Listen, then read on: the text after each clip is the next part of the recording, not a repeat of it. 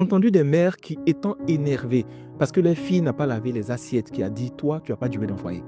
Toi que je vois, ton cœur que tu as là, on parle un, tu dis 10, toi, tu n'as pas duré dans le foyer. Ils vont t'enceinter comme ça, ils vont te déposer ici.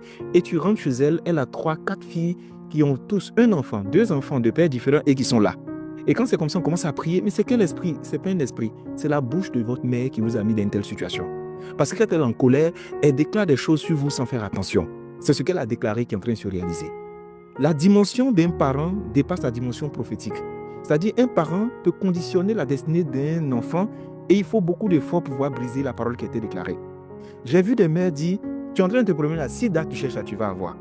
Et finalement, c'est sida là que les enfants viennent avec.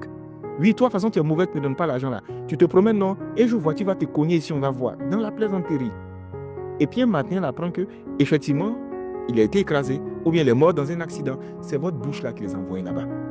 J'ai vu des parents, parce que l'enfant n'a pas une bonne note, oh mais toi, tu ne vas rien faire dans ta vie. En fait, toi, il ne compte pas sur toi, hein. Toi, tu ne vas rien devenir ici. Un enfant bête comme ça, il n'est jamais vu, parce que tu es énervé. Et il y a d'autres aussi, c'est dans la plaisanterie. Toi seulement, non, toi, tu ne vas rien devenir. Toi, toi, tu vas rester ici, hein. Tout le monde va réussir, ils vont venir te trouver ici. Tu dis ça pour rire, mais ça impacte l'enfant. Faites attention à ce que vous dites. Faites attention à ce que vous dites, c'est dangereux. Vous savez, quand on parle de fausses prophéties, les gens pensent qu'il faut être forcément à l'église et puis on lève la main pour dire, ah, je déclare telle parole. Souvent, vos parents déclarent des prophéties sur vous. Mais c'est des mauvaises prophéties. Et quand vous prenez le temps d'observer la vie de certaines familles, on va dire oui, il y a des alliances, il y a des liens, il y a des esprits qui viennent dans les familles, mais souvent dans la bouche des parents se trouve le succès ou l'échec. C'est pourquoi je vais dire à tous les parents qui m'écoutent aujourd'hui, l'année 2025, là, c'est un bon prétexte. Par moment, appelez vos enfants. Au téléphone, vous faites-les asseoir et puis bénissez-les. Annulez toutes les paroles remplies d'émotions que vous avez déclarées sur eux, toutes les malédictions que vous avez déclarées. Bénissez les enfants là. Renversez toutes les paroles que vous avez dites sur eux. Même si vous ne pensez pas avoir dit quelque chose de mal, faites-le.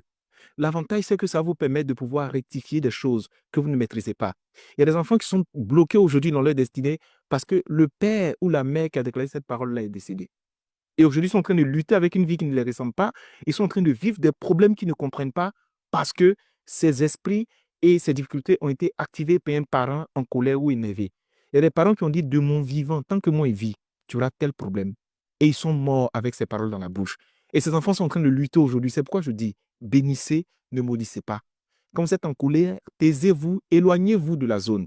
Quand vous êtes fâché avec votre enfant, mieux vous ne lui parlez pas que de dire des choses qui vont être regrettables. Apprenez à prier pour vos enfants, à bénir vos enfants, à déclarer des paroles qui vont faire du bien, élevez la voix vers l'Éternel, glorifiez son nom et bénissez l'enfant là.